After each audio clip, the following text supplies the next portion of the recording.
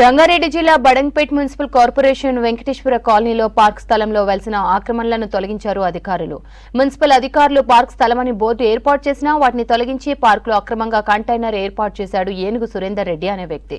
కాలనీవాసులు ఫిర్యాదు చేయడంతో Hydraa inspector Tirumalesh police సిబ్బందితో కలిసి కంటైనర్ను తొలగించి పార్కు స్థలాన్ని మున్సిపల్ అధికారులకు అప్పగించారు.